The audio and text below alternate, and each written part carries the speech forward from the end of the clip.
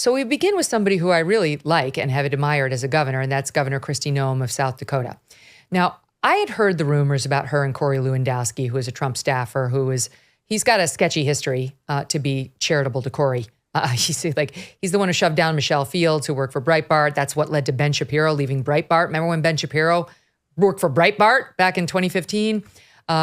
He's got a long and sordid history with women. If you just do a simple Google search, and you'll see it.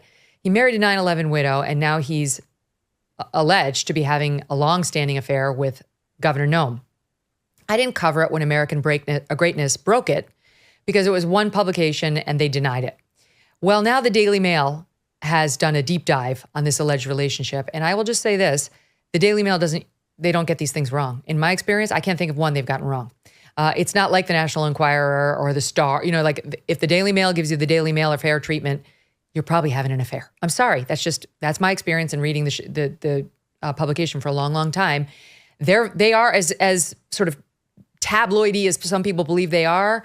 They really are fact-based, and they don't like getting sued. And I don't think that they would print this unless they thought they were bulletproof on it. And they begin their piece, exclusive, married South Dakota Governor Kristi Noem and Trump advisor Corey Lewandowski have been having a years-long clandestine affair, by saying neither denied the affair when asked by Daily Mail. At most, all they got was a no response from Lewandowski and someone who works for Noem coming out and saying, oh, it's no accident that you would come after her right now, right after she backed Trump. All right. Like, I don't like when people say that shit. Like, don't use your politics as, did you do it or didn't you? Somebody comes and asks me, did you cheat on Doug? My answer is no, I didn't cheat on Doug. There will be no proof. There will be no text messages. There will be no pictures. There will be nothing to prove that I cheated on Doug, because guess what? I did not cheat on Doug. That's the answer. You don't have a third party come out and say, oh, they're just attacking me because I'm pro-Trump. So I am disheartened by the whole thing, especially because I had Kristi Noem on this show when she was pushing her book, and I felt bad for her because of these rumors. I did not believe the rumors. I believed her book. I believed her whole story about her love affair with her husband, who she met as a young woman and married. It was like they're only the only ones they'd ever been with. And here's the exchange we had when she came on my show. There was this absurd rumor about you allegedly having an affair with a Trump staffer years ago. And it was just out of nowhere, but that was from the right. Whenever there's a powerful woman, you can take it to the bank. There's going to be an attack on her, and they say it's either nuts or sluts. You're crazy or you're a slut. Yeah, absolutely. Creating scandals out of nothing that don't even exist. And now they've gone after my husband and myself. And it's difficult. I'd say it's probably hardest on the family when someone's serving in this job, but I think it also makes you stronger. We honestly don't even read the press that much anymore. Well, shit. Because the Daily Mail goes on for paragraphs about the evidence it's amassed of the private flights they've taken together, the public canoodling they've done together, the GOP events they've attended together while they were holding hands. He had his hands on the small of her back. They looked like they were in an open relationship with one another. These are all Republicans saying it's an open secret in Republican circles. They've seen them together a million times. They've been taking private trips together and so on for a long, long time. It's not to suggest I know it's true. I'm basing what I'm saying on the Daily Mail report. But guys, I don't know. This isn't good for somebody who's risen to fame based on her family values platform, her romance with her husband. And on the other hand, you got Lewandowski, who I'm sorry, I'm going to be honest, I can't stand, literally threatened me if I showed up at the second presidential debate when I worked at Fox, threatened me to the executive vice president of Fox News. If she shows up, I'm not responsible for what will happen to her. Well, I showed up and I was just fine. But that's the man she's chosen allegedly to have this affair with. Savanah, sorry for the long and rambling windup. What do you make of it? Ooh, okay. So I'm usually not a cultural commentator. So this is a really interesting story to me. And I like to look at things from a realistic perspective. I myself am also a Christian woman. So I want to look at this from the Christian perspective of, okay, who do we want representing America? Who do we want representing our values? Even further, like you just played, Kristi Noem came on your own show and refuted these allegations, said, yeah, they're coming after me because I'm a woman in power. So on the one hand, I want to say that should be condemned. It is a bad thing. On the other hand, I understand how politics works and people show you what they want you to see. honestly. At the end of the day, even in conservative politics, because I've been in this industry for a while now, the majority of the people in this industry are not living out the morals and ideals and values that they are promoting, if I'm being honest. And, I hate to have to be honest about that, but it is a reality. So if we're looking for that perfect candidate, and again, I'll use Donald Trump as an example, let's not forget his background. Let's not forget that he was, I don't want to call him a womanizer here, but we know he liked the ladies. We've seen his background. We've seen how he used to be with women. We've heard the tapes ourselves. So if you're looking for that perfect politician, you're never going to find it. We're going to be talking about a multitude of scandals here. And I think more than anything, this is just a reflection of our culture, our values, where we are as a society currently.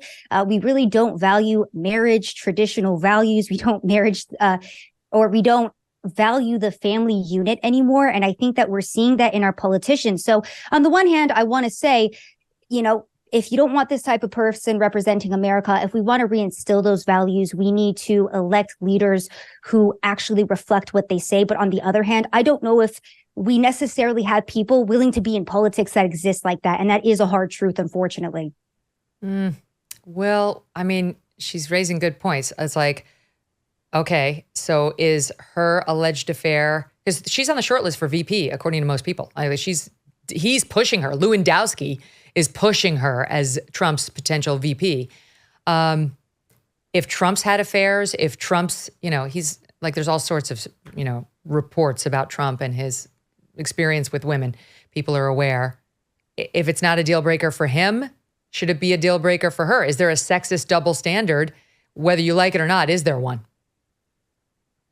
It's difficult to say, first of all, who knows? It seems pretty likely these things are true.